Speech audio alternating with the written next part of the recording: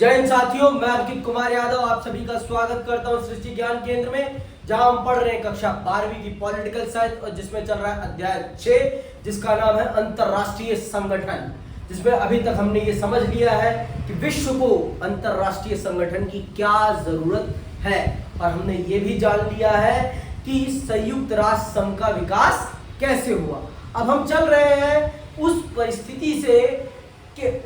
परिस्थिति के आगे पढ़ने जहां पर हमने लास्ट क्लास में छोड़ा था। हमने छोड़ा था कि शीत युद्ध के दौर में क्या अंतरराष्ट्रीय संगठन उसी प्रकार की भूमिका निभा पाया था जो उसे निभानी थी। हमने देखा शीत युद्ध के दौर में तो वो कुछ खास नहीं कर पाया, लेकिन अब हम चल रहे हैं शीत युद्ध के बाद के दौर में उसकी स्थितियों को समझने कि उसने शीत युद्ध के बाद किस प्रकार से विश्व राजनीति को एक सही दिशा और एक सही दशा देने में भूमिका निभाई है। वैसे लिखा है टाइटल का नाम, आज के टॉपिक का नाम क्या है? शीत युद्ध के बाद संयुक्त राष्ट्र संघ में सुधार। किस प्रकार के सुधारों की मांग हो रही है शीत युद्ध के बाद? आप सब जानते हैं शीत युद्ध के समय काल में तो दो महाशक्तियां थी जो अपने आप को पावर बैलेंस करती थी और एक तीसरा संगठन भी था जिसे हम नाम कहते हैं। तो उस समय ज्यादा दिक्कतें नहीं थी पावर बैलेंस करने में। अब लेकिन शीत युद्ध के बाद दुनिया एक ध्रुवीय हो गई। दुनिया में एक देश अथाह ताकतवर हो गया, अथाह ताकतवर जिसे मैं कह रहा हूं, असीम ताकत के साथ वो पूरी दुनिया के फलक पर छा जाता है। आप इससे बहुत अच्छे से वाकिफ हो गई और कितना संयुक्त राष्ट्र संघ उसे नियंत्रित कर पाने में सफल हुआ इस चीज से भी आप वाकिफ हैं। अध्याय 3 अगर आपने पढ़ा हो तो, जिसे भारत सरकार ने अपनी विचारधारा साधने के लिए आपकी पाठ्य पुस्तक से बाहर कर दिया है। ये बड़े दुर्भाग्य की बात है इस देश के बच्चों के लिए कि इस देश में शिक्षा का भी विचारधाराईकरण हो रहा है कि अगर हमारी विचार को इतिहास सूट नहीं करेगा तो हम उसे बाहर कर देंगे। एक नेता को डिफेम करने के लिए ये सब किया जाता है और कौन है वो करने वाले और किसको डिफेम करना चाहते हैं ये पूरा भारत जानता है। लेकिन इस देश के बच्चों के भविष्य के साथ तो मत खेलिए, इस देश के बच्चों के ज्ञान के साथ मत खेलिए। मैं यही आशा करता हूं और इस देश की जनता भी ये समझाए अपने देश की सरकार को। तो आइए जानते हैं और समझते हैं कि शीत युद्ध के बाद किन प्रकार के सुधारों की मांग उठती है आपके संयुक्त राष्ट्र संघ में। बदलते परिवेश में जरूरतों को पूरा करने के लिए किसी भी संगठन में सुधार और विकास करना लाजमी है। संयुक्त राष्ट्र संघ भी इसका अपवाद नहीं है। हाल के वर्षों में इस वैश्विक संस्था में सुधार की मांग करते हुए आवाजें उठी हैं। बहरहाल सुधारों की प्रकृति के बारे में कोई स्पष्ट राय और सहमति नहीं बन पाई है। संयुक्त राष्ट्र संघ के सामने दो तरह के बुनियादी सुधारों का मसला है। एक तो यह कि इस संगठन की बनावट और इसकी प्रक्रिया में सुधार किया जाए। पहले सुधार कौन सा है? इसकी बनावट और प्रक्रिया में सुधार की मांग उठ रही है। दूसरा, इस संगठन के न्याय अधिकार में आने वाले मुद्दों की समीक्षा की जाए। लगभग सभी देश सहमत हैं कि दोनों ही तरह के ये सुधार जरूरी हैं। देशों के बीच में सहमति इस बात पर नहीं है कि इसके लिए दरअसल ठीक करना क्या है, कैसे करना है और कब करना है। दोनों विषयों पर दोनों प्रकार के सुधारों को पूरा विश्व मानता है कि होने चाहिए। दोनों प्रकार के न्याय अधिकारों में भी सुधार होना चाहिए और ढांचागत और प्रक्रियागत सुधार भी होना चाहिए। लेकिन पेच आकर अटक जाता है तो कहां अटक जाता है? कैसे होगा, कब होगा, कौन करेगा? इन 3 प्रश्नों पर आकर यह समस्या अटक जाती है। कैसे होगा, कब होगा और कौन करेगा? जैसा कि आप बहुत अच्छे से वाकिफ हैं कि यूएन आपका बिना जड़ का पेड़ है। उसके पास उतनी ही ताकतें हैं जितनी हमने उसे दी है। और आप इस बात को जानिए, 5 देश हैं जिनके पास संयुक्त राष्ट्र संघ की सुरक्षा परिषद में अस्थायी सदस्यता है, वीटो पावर है, और वो कभी नहीं चाहते कि उनकी वीटो पावर में किसी भी प्रकार से सेंध लगे। आप चाहेंगे कि आपकी ताकत में सेंध लगे? आप चाहेंगे ना एक छत ताकत मेरी बनी रहे, मेरे सामने कोई खड़ा ना हो। जैसे हमारे माननीय प्रधानमंत्री जी चाहते हैं कि उनके सामने कोई भी प्रतिद्वंदी ना हो, सिर्फ वो जो कहे वो ही सत्य हो। सबकी यही चाहत होती है, हर राजा यही चाहता है कि उसका कोई प्रतिद्वंदी ना हो। तो ये जो 5 देश हैं ये भी यही चाहते हैं, और ये होने भी नहीं दे रहे। सबको पता है कि संयुक्त राष्ट्र संघ में सुधार होना चाहिए, और क्या सुधार करना है ये भी पता है, लेकिन करेगा कौन ये नहीं पता, कब होगा ये नहीं पता, कैसे होगा ये नहीं पता। अरे भाई, जब समस्या का पता है तो निदान भी पता ही है, लेकिन आप करना नहीं चाहते। ये कहिए कब होगा ये मत कहिए, कैसे होगा ये मत कहिए, कौन करेगा ये मत कहिए। आप 5 जने करेंगे।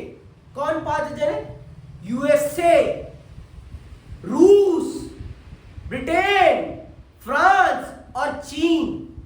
ये 5 वो देश हैं जिनके पास संयुक्त राष्ट्र संघ की सुरक्षा परिषद में अस्थायी सदस्यता है, या कहिए इनके पास वीटो पावर है। और ये 5 नहीं चाहते कि किसी भी प्रकार का सुधार हो, खास करके संयुक्त राष्ट्र संघ की सुरक्षा परिषद की सदस्यता में और वीटो पावर में। समझ में आई बात? वो किसी भी हाल में इससे कोई कॉम्प्रोमाइज, समझौता करने को तैयार नहीं है। हमें नहीं करना समझौता, वो कहते हैं साफ साफ, टालते रहते हैं। ये टालने का ही कारण है कि शीत युद्ध खत्म हुए कितने साल हो गए? 1991 में खत्म हुआ है और आज 2024 चल रहा है। 9 साल ये, 20 साल ये, 29/4 कितना? 33 साल हो चुके हैं, और अभी तक सुधार नहीं हो पाया है। तो सुधार क्यों नहीं हो पाया है? सुधार इसलिए नहीं हो पाया है क्योंकि आपकी नीयत नहीं है करने की, आपकी इच्छा शक्ति नहीं है करने की। आप नहीं चाहते अपनी ताकत में किसी और को हिस्सा देना। बात यहां पर आके अटक जाती है। आप चाहते हैं कि विश्व मेरी उंगली पर नाचता रहे, जैसे मैं नचा रहा हूं पूरी दुनिया वैसी चलती रहे। आप ये चाहते हैं। समझ में आई बात? बनावट और प्रक्रिया में सुधार के अंतर्गत सबसे बड़ी बहस सुरक्षा परिषद के कामकाज को लेकर है। आ गई ना बात? यही बोला मैं, सुरक्षा परिषद ही है जिसमें सब सुधार चाहते हैं। सब चाहते हैं कि मेरे पास भी स्पेशल पावर आए, और इन 5 देशों से और सदस्य देशों को बढ़ाया जाए। इन 5 देशों के पास वीटो पावर है, और भी देश चाहते हैं कि हमारे पास भी वीटो पावर आए, हम दुनिया में स्पेशल बन जाए, है ना? स्पेशल बनना चाहते हैं सब किसी ना किसी के स्पेशल बनना चाहते हैं। तो भाई ये 5 नहीं चाहते कि और कोई स्पेशल बन जाए, ये चाहते हैं कि दुनिया में हम ही बने रहे स्पेशल, पूरी दुनिया के मुद्दों पर हम ही फैसला करते रहें, हम जो चाहें वही हो बस। अगर पूरी दुनिया एक तरफ और मैं अकेला एक तरफ हो जाऊं, पूरी दुनिया के फैसले को पलट दूं मैं। ये है वीटो पावर सच में। अगर इन 5 में से कोई एक भी कह दे कि ये काम नहीं होगा और सभी सदस्य देश कहते हैं कि काम होना चाहिए, तो वो काम नहीं होगा। एक अगर कह देता है तो this is a veto power, this is a special power. समझ में आई बात? आगे सुनो तो पता चलेगा। बनावट और प्रक्रिया में सुधार के अंतर्गत सबसे बड़ी बहस सुरक्षा परिषद के कामकाज को लेकर है। इससे जुड़ी हुई एक मांग यह है कि सुरक्षा परिषद में अस्थायी और अस्थायी सदस्यों की संख्या बढ़ाई जाए, ताकि समकालीन विश्व राजनीति की वास्तविकताओं की इस संगठन में बेहतर नुमाइंदगी हो सके। खास तौर से एशिया, अफ्रीका और दक्षिण अमेरिका के ज्यादा देशों को सुरक्षा परिषद में सदस्यता देने की बात उठ रही है। इसके अतिरिक्त अमेरिका और पश्चिमी देश संयुक्त राष्ट्र संघ के बजट से जुड़ी प्रक्रियाओं और इसके प्रशासन में सुधार चाहते हैं। पश्चिमी देश किस चीज में सुधार चाहते हैं? इसके अतिरिक्त, इसको अंडरलाइन करो, इसके अतिरिक्त अमेरिका और पश्चिमी देश संयुक्त राष्ट्र संघ के बजट से जुड़ी प्रक्रियाओं और इसके प्रयास में सुधार चाहते हैं। कौन कौन ढांचागत सुधार चाहता है? ढांचागत सुधार चाहता है एशिया, अफ्रीका और साउथ अमेरिका। ये क्या चाहते हैं? ढांचागत और प्रक्रियागत सुधार। ये चाहते हैं संयुक्त राष्ट्र संघ की अस्थायी सदस्यता में अस्थायी सदस्यों की संख्या में बढ़ोतरी, अस्थायी सदस्यों की संख्या में बढ़ोतरी। इन्हें हम कह देते हैं डेवलपिंग नेशन। क्या कह देते हैं इन्हें? डेवलपिंग नेशन, विकासशील देश। क्या कहते हैं इन्हें? विकासशील देश। और आपके पश्चिमी देश क्या कह रहे हैं? आपका यूएसए या कहिए नॉर्थ अमेरिका क्या कह रहा है? North America. और आपका यूरोप क्या कह रहा है? नॉर्थ अमेरिका और यूरोप, या जिन्हें कहते हैं हम विकसित देश, वो क्या कह रहे हैं? बजट में बदलाव। ये ऐसा क्यों कह रहे हैं? क्योंकि ये ज्यादा पैसा देते हैं और ये चाहते हैं कि ज्यादा पैसा हम दे रहे हैं तो चीजें भी हमारे अकॉर्डिंग होनी चाहिए। और इनकी औकात नहीं है कि वो इतने पैसे दे सके, इनके पास इतना पैसा ही नहीं है कि ये दे सके, तो इसीलिए वो चाहते हैं। अब यहाँ जहां ये इधर से उठा देते हैं अपना प्रश्न और ये इधर से, तो आके क्लैश हो जाता है, बात ही खत्म। वो कह देते हैं पैसा लाओ और ताकत बढ़ाओ अपनी, तो पैसा ही नहीं तुम्हारे पास और तुम ताकत बढ़ाने के लिए कहां से आ जाओगे? खत्म बात। दोनों एक दूसरे के प्रश्न से प्रश्न काट देते हैं, खत्म, फिर आगे कुछ होता ही नहीं। समझ में बात? आपकी औकात नहीं है पैसे देने की और वो अपनी ताकत में किसी भी प्रकार की हिस्सेदारी करने को तैयार नहीं है। वो कहते हैं जब पैसा लाओगे, अगर यूएन में पैसा ज्यादा दोगे तो ताकत भी ज्यादा रखोगे, और अगर पैसा ज्यादा नहीं दोगे तो ताकत भी ज्यादा नहीं रखोगे। जो ज्यादा पैसा देगा ताकत भी उसी की होगी। और मैंने आपको पहले ही कह दिया है, बाप बड़ा ना भैया, सबसे बड़ा रुपया। जिसके पास पैसे हैं आज के समय में, दुनिया उसी के तलवे चाट रही है, उसी के तलवे चाट रही है। यह हकीकत है, सब उसी के तलवे चाट रहे हैं जिसके पास आज के समय पर पैसा है। ज्ञान जाए भाड़ में, जिसके पास पैसा है आज दुनिया उसी के तलवे चाट रही है। ये बात जान लो आप। समझ रहे बात? पैसा सबसे बड़ी चीज बन गया है पूंजीवादी समाज में। पूंजीवादी समाज मतलब आपकी पेइंग कैपेसिटी जितनी, आपकी लाइफ उतनी अच्छी और बुरी होगी। समझ में ही बात? इतनी सी बात जान लो, इसके अलावा कुछ जानो या ना जानो कोई फर्क नहीं पड़ता। समझ में ही बात? आगे सुनो। जहां तक संयुक्त राष्ट्र संघ में किन्हीं मुद्दों को ज्यादा प्राथमिकता देने अथवा उन्हें संयुक्त राष्ट्र संघ के न्यायाधिकार में लाने का सवाल है, तो कुछ देश और विशेषज्ञ चाहते हैं कि यह संगठन शांति और सुरक्षा से जुड़े मिशनों में ज्यादा प्रभावशाली अथवा बड़ी भूमिका निभाए, जबकि औरों की इच्छा है कि यह संगठन अपने को विकास तथा मानवीय भलाई के कामों, स्वास्थ्य, शिक्षा, पर्यावरण, जनसंख्या नियंत्रण, मानव अधिकार, लिंगगत न्याय और सामाजिक न्याय तक सीमित रखे। कुछ लोगों का मानना है कि संयुक्त राष्ट्र संघ को न्याय अधिकार के मामले में शांति और सुरक्षा पर काम करना चाहिए, तो कुछ लोगों का मानना है कि मानव जीवन से संबंधित महत्वपूर्ण पहलुओं पर संयुक्त राष्ट्र संघ को काम करना चाहिए। जैसे कौन कौन से हैं आपके? स्वास्थ्य, शिक्षा, पर्यावरण, जनसंख्या नियंत्रण, मानव अधिकार, लिंगगत न्याय और सामाजिक न्याय। तो इस पर भी बहस होती है। आगे सुनो। आइए हम दोनों ही किस्म के सुधारों पर नजर दौड़ाएं। इस चर्चा में हम ज्यादा जोर ढांचागत और प्रक्रियागत सुधार पर देंगे। ढांचागत और प्रक्रियागत सुधार पर आप दें ध्यान, कोई फर्क नहीं पड़ने वाला, कुछ नहीं होने वाला। मैं आपको लिख कर दे रहा हूं, अगर जिस दिन सुधार हो जाएगा ना, उस दिन अमेरिका इस संगठन को छोड़कर चला जाएगा। जिस दिन सुधार हो गया उस दिन अमेरिका ये संगठन छोड़ देगा, और अमेरिका ने जिस दिन इस संगठन को छोड़ा ये संगठन कोलैप्स हो जाएगा। क्योंकि अमेरिका अपनी पावर शेयर करना नहीं चाहता, और उसकी पावर में अगर शेयरिंग हुई तो वो कहेगा bye bye, tata, good night, मैं सो रहा हूं। समझ में आई बात? वो दादा बना रहना चाहता है, वो दादा बना रहना चाहता है, वो दुनिया को अपने हिसाब से चलाना चाहता है। समझ में आई बात?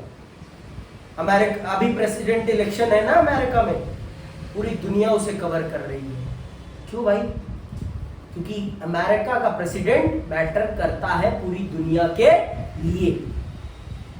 नेपाल में इलेक्शन होता है, कोई इंटरनेशनल मीडिया में खबर आती है?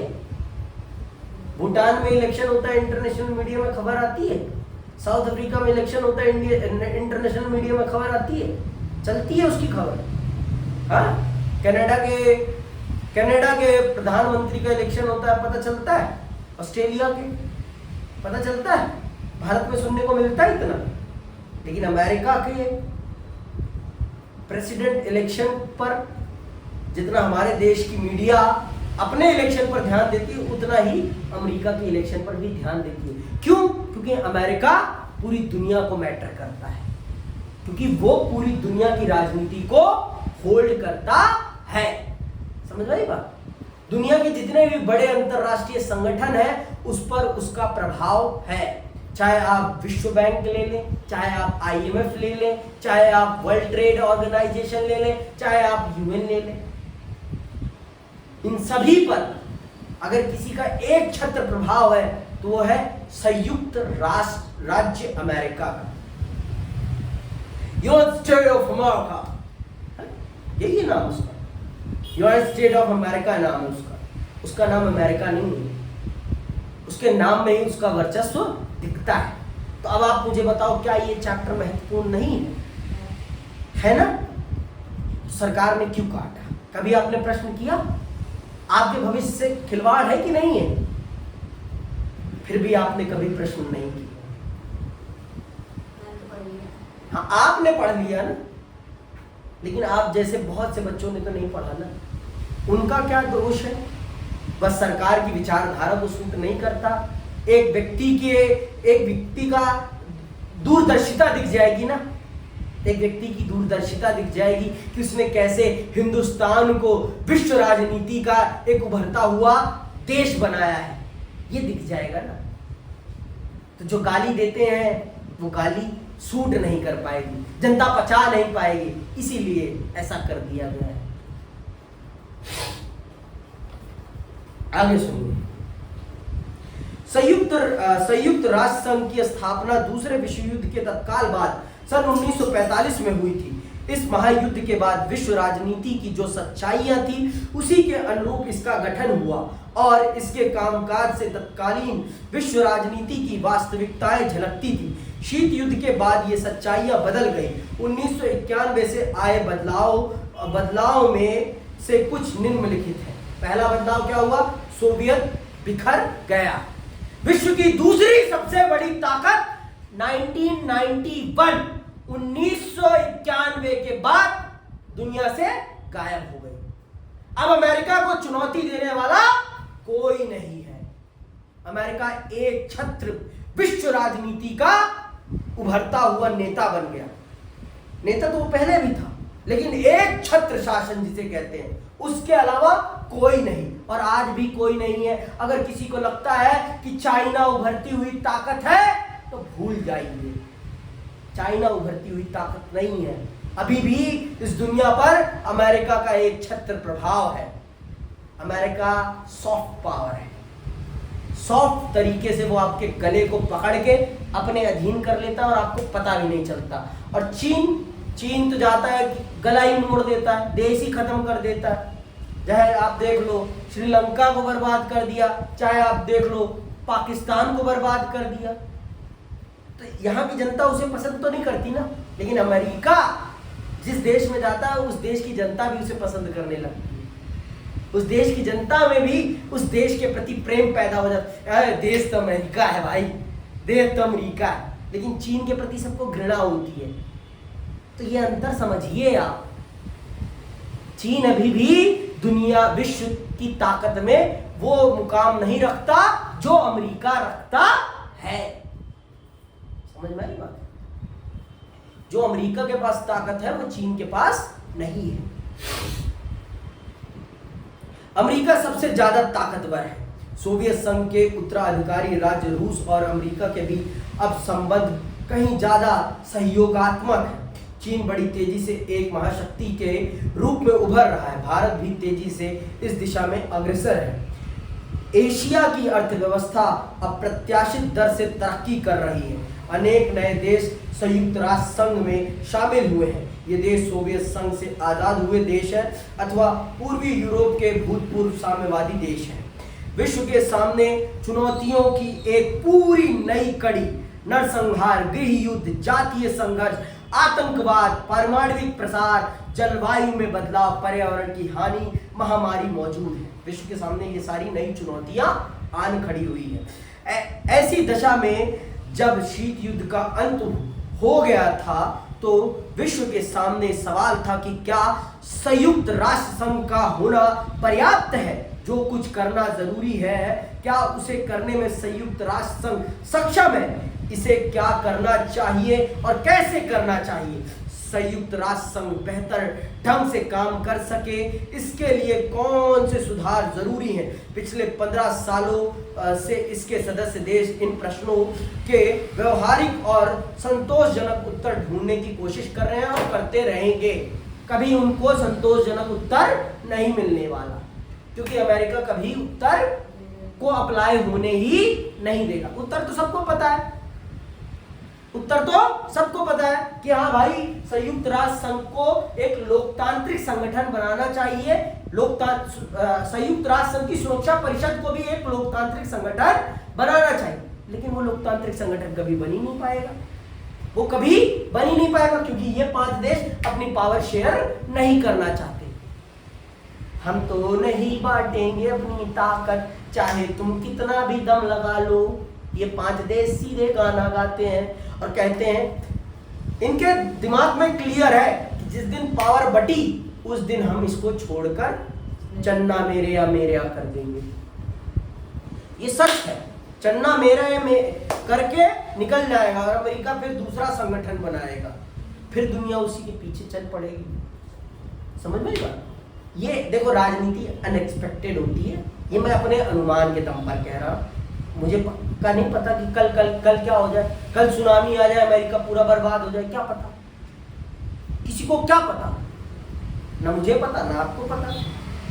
कल क्या हो कि चीन बर्बाद हो जाए, कल क्या पता भारत में भी कहीं कोई ऐसी खोज हो जाए कि भारत आर्थिक तौर पर और ताकतवर हो जाए।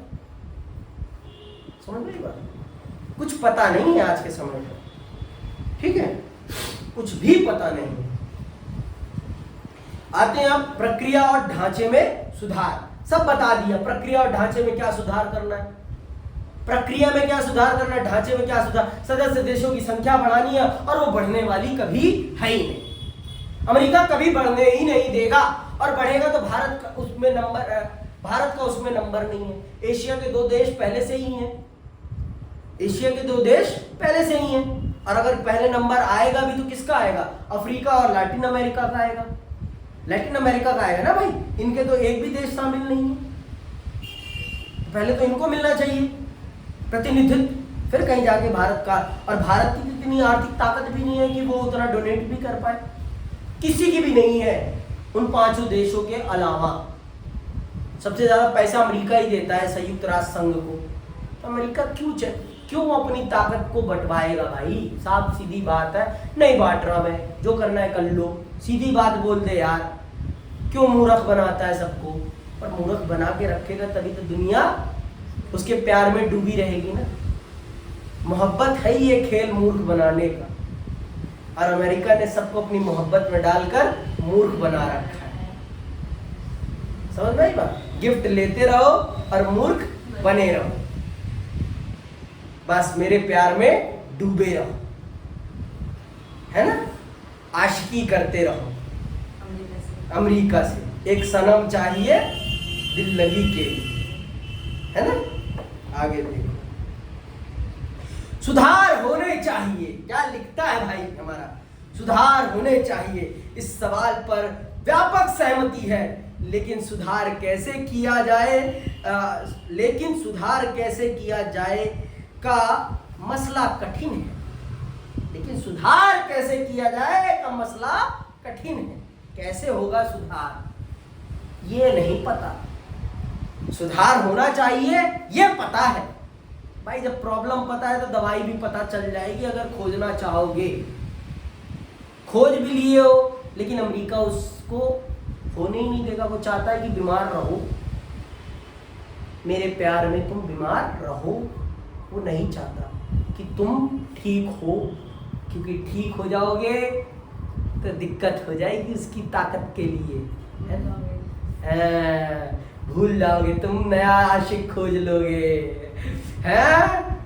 और वो नहीं चाहता कि तुम नए आशिक के पास जाओ, तुम मेरे से ही लॉयल रहो। वो लॉयल्टी नहीं छुड़वाना चाहता। आगे सुनो, इस पर सहमति कायम करना मुश्किल है।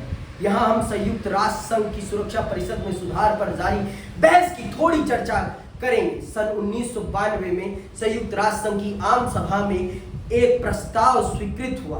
प्रस्ताव में 3 प्रमुख शिकायतों का जिक्र था। सुरक्षा परिषद अब राजनीतिक वास्तविकताओं की नुमाइंदगी नहीं करती।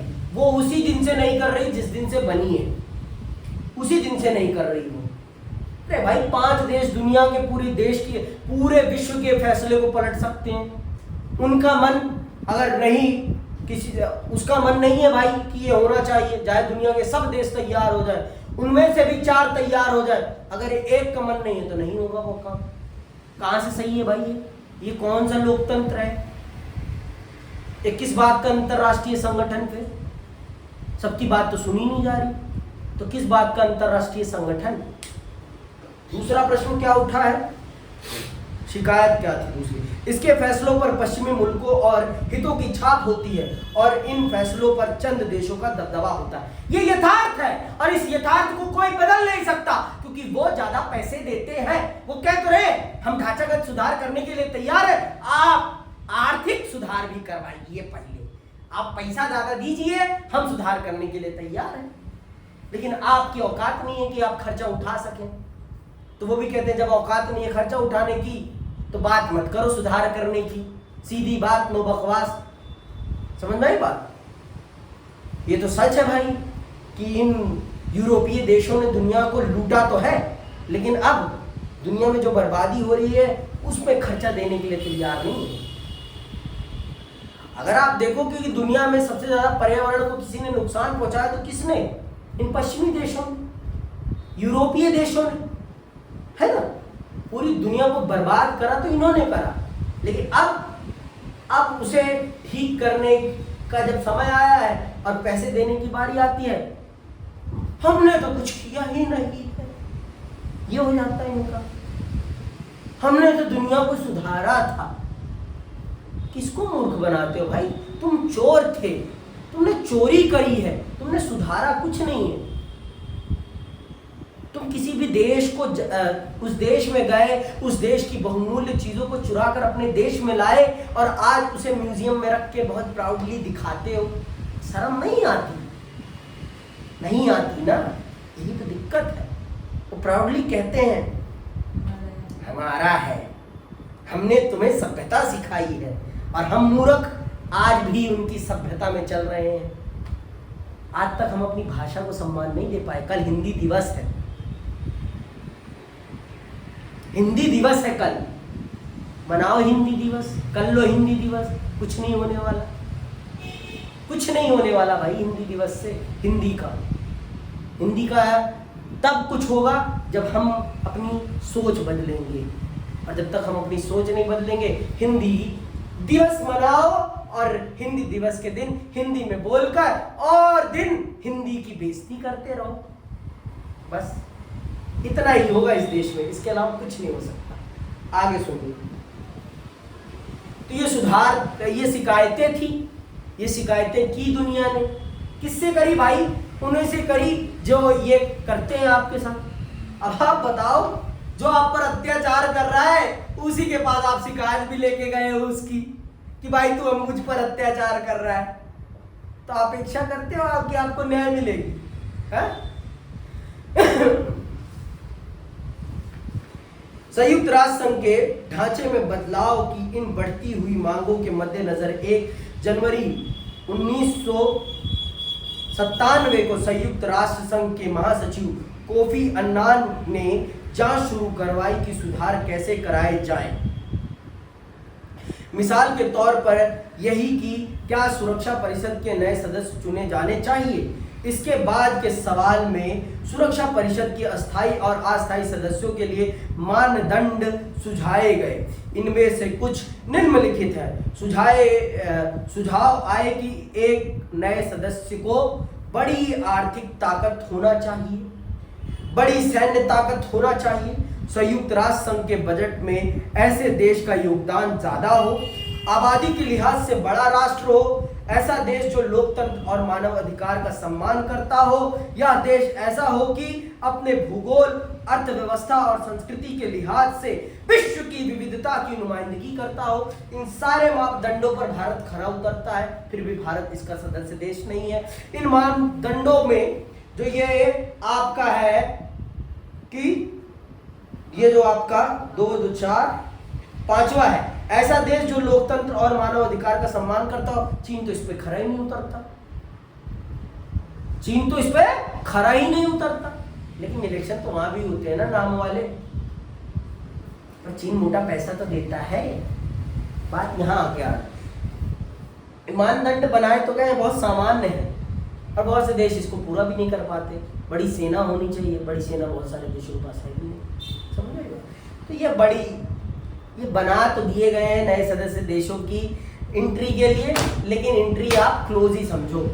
ये 5 देश नहीं चाहते कि सुरक्षा परिषद की अस्थायी सदस्यों की संख्या में किसी भी प्रकार की बढ़ोतरी हो। अस्थायी सदस्यों की संख्या बढ़ा लो, हमें कोई फर्क नहीं पड़ता, लेकिन अस्थायी सदस्यों की संख्या कदापि ही नहीं बढ़ेगी।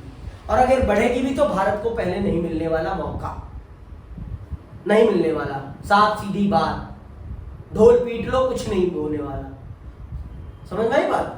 ढोल पीटने से कुछ नहीं होने वाला। अगर मिलेगी तो सबसे पहले इनको मिलेगी, आपके दक्षिणी अमेरिका के देशों को और साउथ अफ्रीका के देशों को, हमें नहीं मिलने वाली। ये बात भेजे में डाल लो, साफ सीधी बात। तो ये मापदंड बनाए गए, ये मानदंड बनाए गए कि एक नए सदस्य देश में ये खूबियां होनी चाहिए, तभी वो सुरक्षा परिषद की अस्थायी सदस्यता या अस्थायी सदस्यता प्राप्त कर सकता। स्पष्ट है कि इन मानदंडों में से हर एक की कुछ न कुछ वैधता है। सरकारें अपने अपने हित और महत्वाकांक्षाओं के लिहाज से कुछ कसौटियों को फायदेमंद तो कुछ को नुकसानदेह मानती है। भले ही कोई देश सुरक्षा परिषद की सदस्यता के लिए इच्छुक ना हो, वह फिर भी बता सकता है कि इन कसौटियों में दिक्कत है, बहुत बड़ी दिक्कत है। पहले तो यही नहीं बताया कि कितनी बड़ी आर्थिक ताकत होनी चाहिए भाई, कितनी बड़ी आर्थिक ताकत हो कि हम संयुक्त राष्ट्र संघ के सदस्य बन सकते हैं, कितनी बड़ी सेना हो। आपने कुछ पैमाना ही नहीं बता रखा, आपने बस कह दिया बड़ी आर्थिक ताकत, बड़ी सेना, लोकतंत्र और मानव अधिकार का संरक्षक, विविधता, सब तो कह दिया। कैसी विविधता, किस प्रकार की विविधता, भाषीय विविधता की कैसी विविधता चाहिए आपको, ये तो बताइए।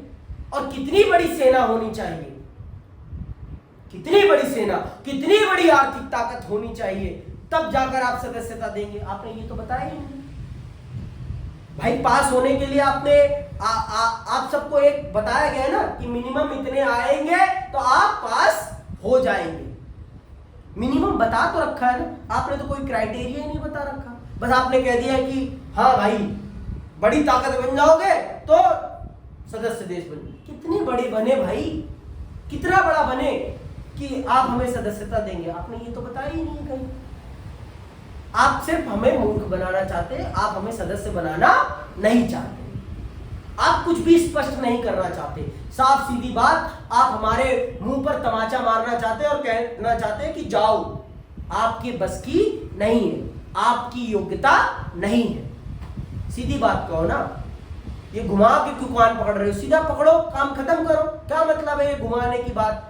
जलेबी जैसे बात घुमा रहे हो, क्यों घुमा रहे हो भाई? साहब कह नहीं बना रहे हम सदस्य, नहीं बनाएंगे हम नए सदस्य, जो करना है कर ले, छोड़नी है सदस्यता छोड़ दे। लेकिन आप ये भी नहीं कहना चाहते, आप सदस्यता भी नहीं देना चाहते। अस्थायी सदस्यता, हम किसकी सदस्यता की बात कर रहे हैं? सुरक्षा परिषद की। अस्थायी सदस्यता की। अस्थायी तो मिल जाती है सबको, ठीक है, अल्फाबेटिकली चलता है और सबको मिल जाती है 2-2 साल बाद, ठीक है, अल्फाबेटिकली चेंज होते रहते हैं अस्थायी सदस्य। लेकिन अस्थायी सदस्य कभी नहीं बदलते, वो 5 के 5 ही रहते हैं और उनके पास, और सबको इसी में बदलाव चाहिए, सबको इसी में बदलाव चाहिए। हमको तो खासकर पता नहीं किस इंटरेस्ट में जी रहे है भाई, इंटरेस्ट तो, क्योंकि भाई आप एक इंटरनेशनल ऑर्गेनाइजेशन में कहने के लिए ये है तो ना। अब अगर वहां पे आपकी अप्रोच हो जाएगी बात बड़ी, भारत के प्रधान राष्ट्रपति के पास चाहे ताकत हो या ना हो, फिर भी राष्ट्रपति तो राष्ट्रपति ही है ना, राष्ट्रपति तो राष्ट्रपति है। ऐसे ही विश्व में यूएन के पास चाहे कुछ हो या ना हो, बस यूएन तो यूएन है भाई, जहां पूरा विश्व आकर बैठता है और विश्व की समस्याओं पे चर्चा करता है। समझ में बात? सुरक्षा परिषद की सदस्यता के लिए किसी देश की अर्थव्यवस्था कितनी बड़ी होनी चाहिए अथवा उसके पास कितनी बड़ी सैन्य ताकत होनी चाहिए? कोई राष्ट्र संयुक्त राष्ट्र संघ के बजट में कितना योगदान करे कि सुरक्षा परिषद की सदस्यता हासिल कर सके? कोई देश विश्व में बड़ी भूमिका निभाने की कोशिश कर रहा हो तो उसकी बड़ी जनसंख्या इसमें बाधक है या सहायक? अगर लोकतंत्र और मानवाधिकार के प्रति सम्मान की कसौटी हो तो इस मामले में बेहतरीन रिकॉर्ड वाले देशों की कतार लग जाएगी। सवाल यह है कि क्या ये देश परिषद के सदस्य के रूप में प्रभावकारी होंगे? कदापि नहीं हो सकते। ये सारे के सारे अमेरिका के पिछलग्गू होंगे, ये बात आप समझ लीजिए। और जो प्रभावशाली होगा उसको सदस्य बनाया ही नहीं जाएगा, उसको सदस्य बनाया ही नहीं जाएगा। साफ सीधी बात मैं साफ कह दे रहा हूं, नहीं करना चाहता वो बदलाव यार, वो नहीं चाहता वो बदलाव करना। कौन? अमेरिका और ये उसके अन्य 4 सदस्य देश, वो नहीं चाहते कि कुछ भी बदलाव हो, जैसा चल रहा है वैसे ही चलने दो। समझ में? इसके अगले सवाल पर यह भी, इसके आगे सवाल यह भी है कि प्रतिनिधित्व के मामले को कैसे हल किया जाए? क्या भौगोलिक दृष्टि से बराबरी के प्रतिनिधित्व का यह अर्थ है कि एशिया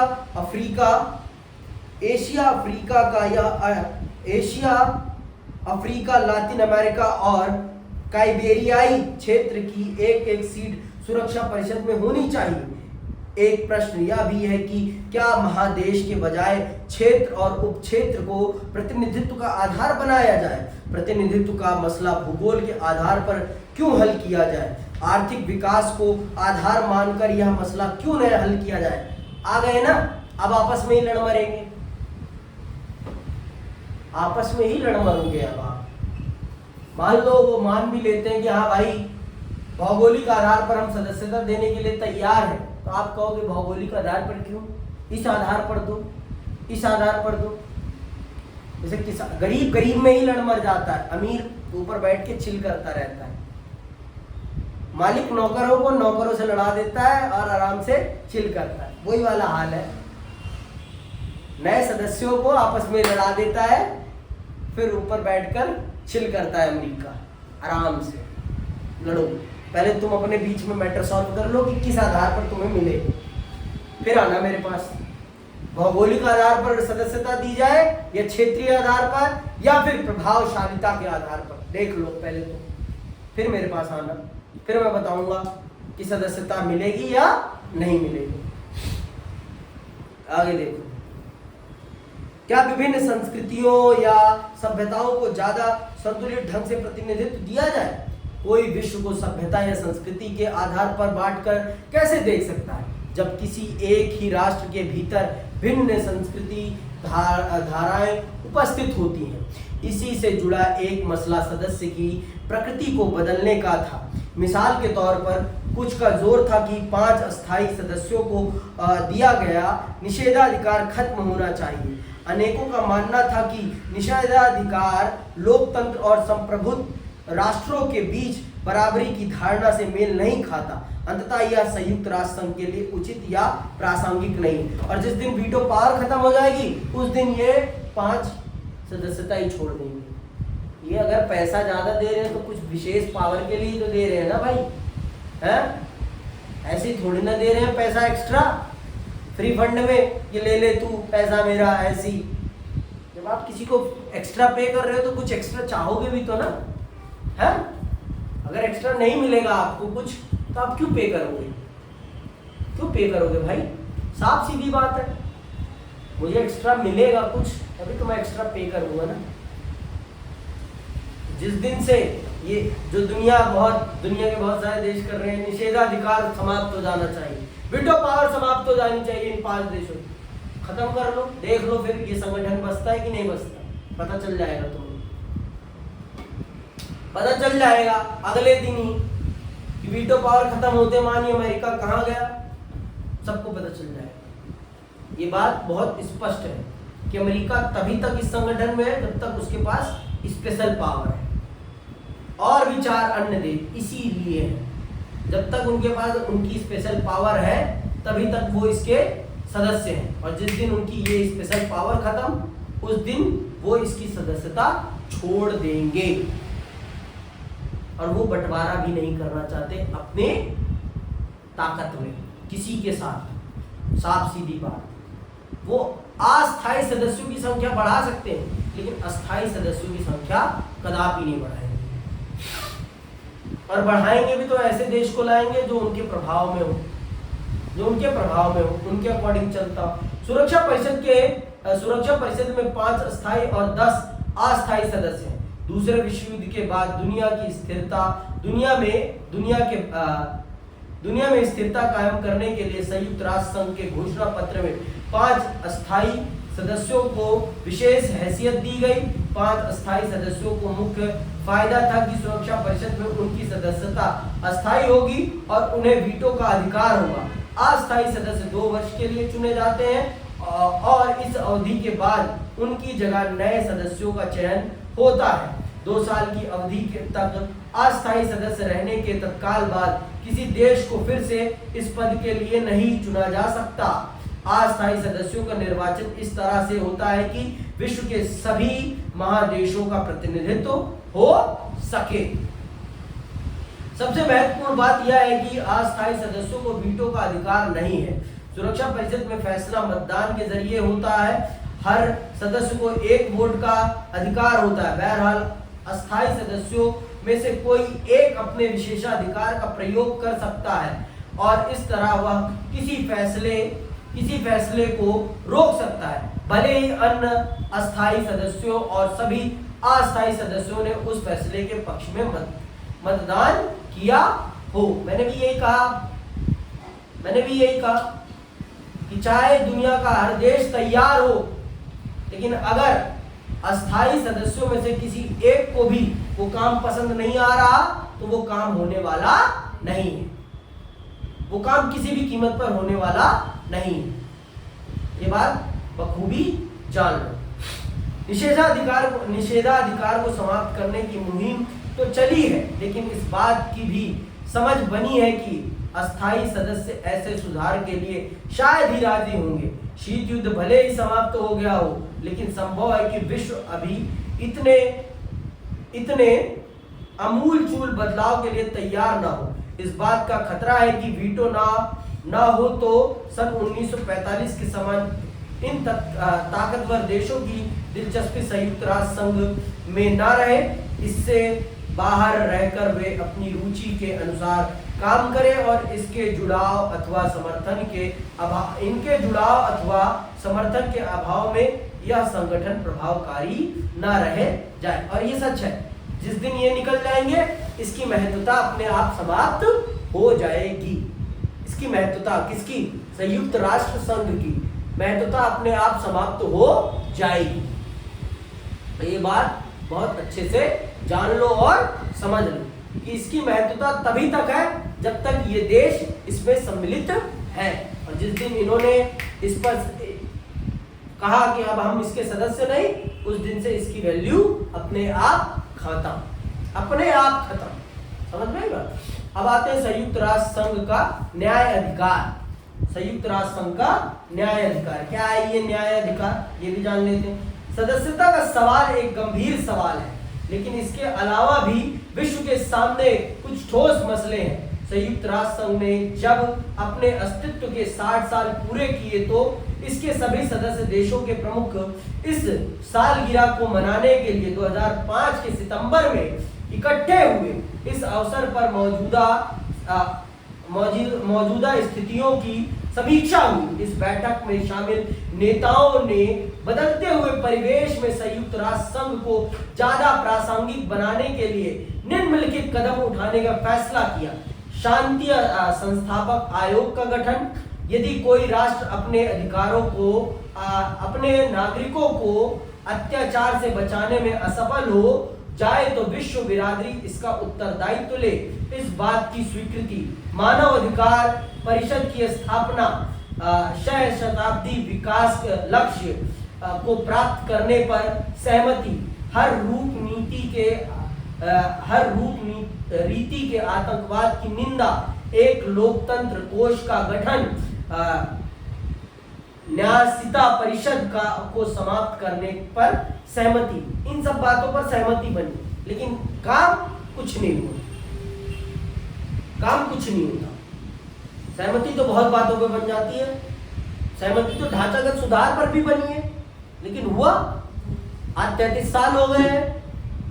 33 साल से पता है कि विश्व को क्या सुधार, विश्व को पता है कि अंतरराष्ट्रीय संगठन में क्या सुधार होने चाहिए।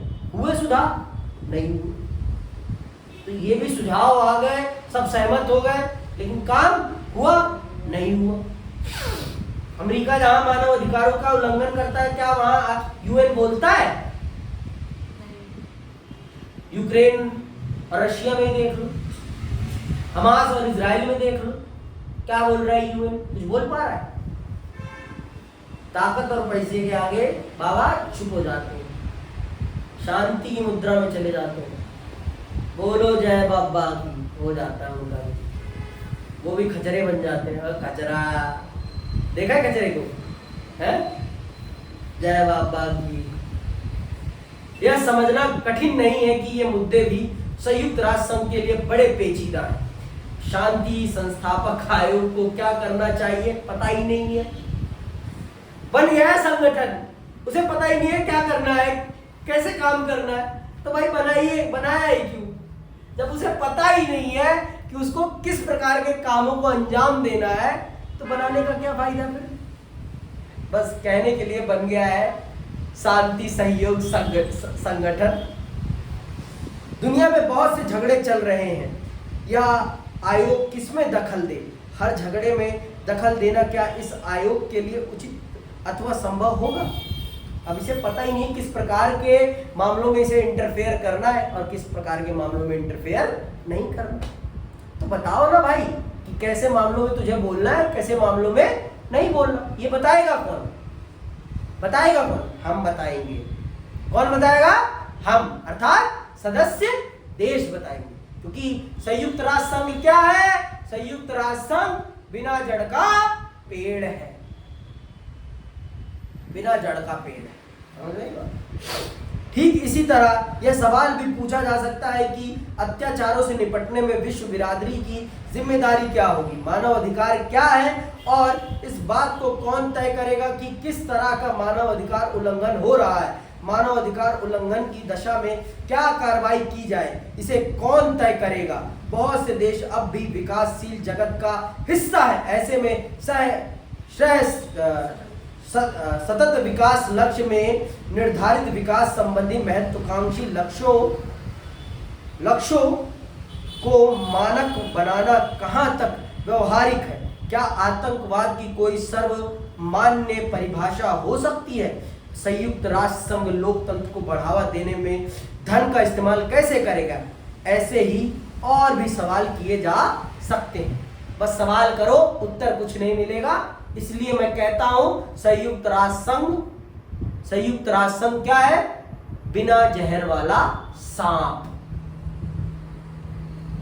बिना जहर वाले सांप की कौन कितनी इज्जत करता है सबको पता है। बिना जहर वाले सांप की इज्जत करोगे, उसके सामने तो जाके आप खुद ही उसको उल्टा ये करोगे, ने हैं, उसको तो ऐसा करोगे। और वहीं जहर वाला हो तो करके दिखाओ, अमेरिका के सामने करके दिखाओ ना, माथे में गोली मार दी तो कहने वाली बात है, करके दिखाओ। चीन में करो, चीन को उंगली करके दिखाओ, बता देगा चीन कौन हूं मैं। रशिया को करके दिखाओ, क्योंकि ये जड़ वाले पेड़ है, ये तो बिना जड़ बिना जहर वाला सांप है। अब बिना जड़ वाले पेड़ की भी कोई इज्जत नहीं होती, अब बिना जहर वाले सांप की भी कोई इज्जत नहीं होती। साफ सीधी बात, इतना आप समझ लो। और ये बस ऐसी है। अब आगे हम समझेंगे भारत के बारे में, भारत क्या सोचता है, भारत किस प्रकार के सुधारों की अपेक्षा करता है, और भारत क्यों चाहता है कि सुधार हो। भारत का दृष्टिकोण समझेंगे हम, क्योंकि हम भारतीय हैं, है ना। अपने देश के बारे में भी जान लेते हैं, समझ लेते हैं कि हमारा देश इस संगठन को कितना महान समझता है, उसकी कितनी वैल्यू करता है, ये भी हम जान लेते हैं। ठीक है, आज के लिए बस इतना, इसी के साथ मैं विदा लेता हूँ। जय हिंद, जय भारत।